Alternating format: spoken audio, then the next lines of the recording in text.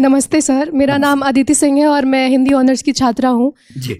मेरा सवाल आपसे ये है कि अगर आपको भारत का एजुकेशन मिनिस्टर बनने का अवसर मिले तो आप हिंदी को लेकर कौन से नए बदलाव करना चाहेंगे या कौन सी नई पॉलिसीज़ को इंट्रोड्यूस करना चाहेंगे? पहली बात तो ऐसा होगा नहीं, है ना। कोई मुझे क्यों बनाएगा। लेकिन अगर मैं इस हाइपोथेटिकल सिचुएशन में चला ही जाऊं कि मैं भारत का शिक्षा मंत्री बन जाऊं, इसमें एक समस्या ये है कि भारत में शिक्षा समवर्ती सूची का विषय है। समवर्ती सूची का मतलब है कि केंद्र सरकार के पास शक्तियां सीमित हैं, राज्यों की अपनी शक्तियां हैं। तो सबसे पहली बात, मैं राज्यों पर थोपूंगा कुछ भी नहीं, मैं सारे राज्यों के शिक्षा मंत्रियों के साथ संवाद करूंगा। मैं उन सबको प्रेरित करूंगा, समझाऊंगा। मैं उनसे कहूंगा कि तमिलनाडु में मेडिकल साइंस तमिल में होनी चाहिए, कर्नाटक में कन्नड़ में होनी चाहिए, हिंदी क्षेत्र में हिंदी में होनी चाहिए, हिंदी में नहीं इंग्लिश में होनी चाहिए, ऐसी कन्नड़ प्लस इंग्लिश में होनी चाहिए, तकनीकी शब्द अंग्रेजी में रहें। और वो शिक्षा सिर्फ मेडिकल साइंस क्यों, इंजीनियरिंग भी, लॉ में भी, जुडिशरी में भी। मैं ये भी चाहूंगा कि भारत के हर एग्जाम में, केंद्र के हर एग्जाम में अंग्रेजी और हिंदी का समान महत्व होना चाहिए। और राज्य स्तरीय हर परीक्षा में उस राज्य की राजभाषाओं का सम्मान होना चाहिए। महाराष्ट्र पीसीएस में मराठी की भूमिका अंग्रेजी से कई गुना ज्यादा होनी ही चाहिए, क्योंकि वहां के एसडीएम को, डीएसपी को मराठी लोगों से बातचीत करनी है। और यदि किसी राज्य में 2-3 राजभाषाएं हैं तो वहां की परीक्षा में उन दोनों तीनों राजभाषाओं की परीक्षा होनी चाहिए, ताकि वो व्यक्ति सेवाओं में आए जो उन भाषाओं को बोल सकता है। कुछ ऐसे प्रयास। और तीसरी बात, अभी हमें शिक्षा पर बजट हम बहुत कंजूसी से खर्च करते हैं। हमारा ज़्यादा बजट सेना पे खर्च होता है और चीज़ों पे होता है। मजबूरी वो भी है, सेना को हम नहीं छोड़ सकते, क्योंकि सुरक्षित होंगे तो पढ़ेंगे। अगर युद्ध हो गया, किताब फेंके तो मारेंगे नहीं, तो हमें ये हथियार चाहिए ही चाहिए, युद्ध तो करना ही पड़ सकता है। पर मैं चाहूंगा कि शिक्षा पर हमारा खर्च बढ़े। एक ऐसी भाई, हिंदी में समस्या क्या होती है, और ये हिंदी के साथ बाकी भारतीय भाषाओं में, आपको हर विषय में अच्छे अध्यापक ही नहीं मिलते हैं। अच्छे अध्यापक क्यों नहीं मिलते हैं? क्योंकि अच्छे कॉलेज ही नहीं है। अच्छे कॉलेज क्यों नहीं है? क्योंकि अच्छे शिक्षक पहले बने ही नहीं थे। अच्छे शिक्षक क्यों नहीं बने थे? क्योंकि उनको पता था कि नौकरी मिलेगी नहीं। अगर नौकरी इंग्लिश में ही मिलेगी तो लोग इंग्लिश मीडियम में ही पढ़ेंगे। इस बच्ची ने अभी भी कहा कि मैं अंग्रेजी माध्यम में, मुझे हिंदी ज़्यादा समझ में आती है।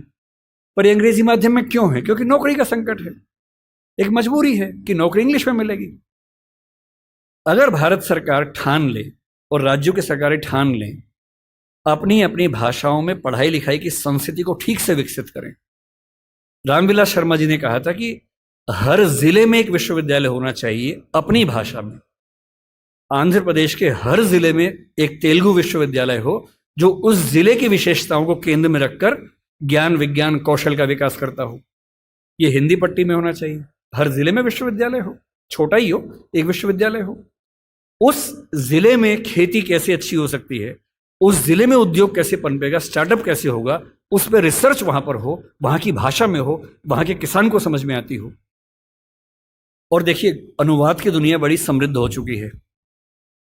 आज से 4 साल पहले गूगल ट्रांसलेट करने पे हंसी आती थी। आज क्रिएटिव ट्रांसलेशन छोड़ दीजिए, तथ्यों का अनुवाद मैं तो अक्सर लगभग रोज इस्तेमाल करता हूं। हम जिस संस्था में काम करते हैं, दृष्टि में हमारी राजभाषा हिंदी भी है, अंग्रेजी भी है। और मैं सुनिश्चित करता हूं कि हमारी संस्था में जितने भी नोटिफिकेशंस आएंगे, पहले हिंदी में आते हैं, फिर अंग्रेजी में आते हैं। मैं खुद बनाता हूं, दोनों भाषाओं में बनाता हूं। पहले हिंदी में, गूगल ट्रांसलेट पे जाता हूं, 1 सेकंड में अनुवाद हो जाता है। फिर उसको चेक करता हूं। आश्चर्य आपको होगा कि पहले 40-50% सही होता था, आजकल 95-97% सही होता है। मुश्किल से 2 साल रुक जाइए, यह मामला 100% का होने वाला है। जिस दिन 100% का हो गया, उस दिन हिंदी वालों का यह बहाना खत्म हो जाएगा कि हिंदी में कंटेंट नहीं है। आपको अंग्रेजी का जो अखबार पढ़ना है, आज से 2 साल बाद पता क्या होगा? आप नेट पे जाएंगे, द हिंदू मान लीजिए पढ़ना है आपको, आप द हिंदू पे जाएंगे, नीचे क्या लिखा होगा, कौन सी भाषा में पढ़ेंगे, सारी भाषाओं के नाम होंगे, यहां तक कि स्पेनिश और फ्रेंच भी लिखा होगा। आप हिंदी क्लिक करेंगे, पूरा अखबार हिंदी में आएगा आपके सामने। फिर क्या बहाना बचता है? दुनिया की जो भी किताब पढ़नी है, एक टैबलेट आपके पास होगा या बुक रीडर होगा, दुनिया की जो किताब पढ़नी हो अपनी भाषा में आप पढ़ेंगे और अनुवाद की समस्या रत्ती भर नहीं होगी।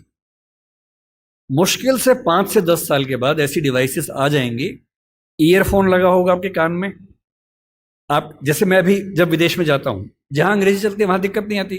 अब जैसे मान लीजिए मैं ऑशविट्स, एक आपने सुना होगा जहां नाजी अत्याचार हुए थे, मैं 2 दिन पहले पोलैंड में वहीं गया हुआ था, वहां हर चीज पोलिश भाषा में लिखी हुई थी, कहीं कहीं अंग्रेजी थी। अब समझ में नहीं आ रहा कैसे पढ़ूं। गूगल ट्रांसलेट पे जाके कैमरा ऑन करना है, लैंग्वेज में आपने कर दिया पॉलिश टू इंग्लिश, आप कैमरा जहां जहां ले जा रहे हैं पॉलिश इंग्लिश में कन्वर्ट होकर दिख रही है आपको, कोई समस्या ही नहीं है। वो सारी पॉलिश लिखी है, मैं सारा अंग्रेजी में पढ़ रहा हूं, कहीं कहीं हिंदी में पढ़ रहा हूं, सब कुछ हो चुका है। मुश्किल से 2-3 साल बाद क्या होगा, ऐसे हेडफोन्स और माइक आ जाएंगे, आप अपने कंप्यूटर से या फोन से कनेक्टेड हैं, एक पॉलिश व्यक्ति या मान लीजिए डच व्यक्ति आपसे बात कर रहा है, नीदरलैंड्स का, उसको केवल डच आती है, मुझे केवल हिंदी आती है। मैंने अपने फोन में डच से हिंदी सेट कर दिया, उसने अपने फोन में हिंदी से डच सेट कर दिया, वो डच बोल रहा है, मेरे हेडफोन में जो माइक है वो उसको सुन रहा है, कंप्यूटर कनेक्टेड है, फोन कनेक्टेड है, मेरा फोन तुरंत उसको हिंदी में कन्वर्ट करके मुझे हिंदी में सुना रहा है। मैं हिंदी बोल रहा हूं, उसे डच में सुन रहा है। और ये मैक्सिमम अगले 5 साल का मामला है। 5 साल बाद बेबीलोन की मीनार बन जाएगी।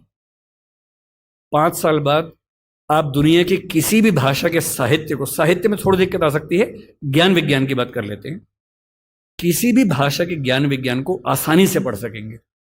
अगर मैं शिक्षा मंत्री बन गया, जो कि मैं नहीं बनूंगा, मैं जानता हूं, क्योंकि लोग क्लिप काट के चलाएंगे कि देखो बनना चाह रहा है ना।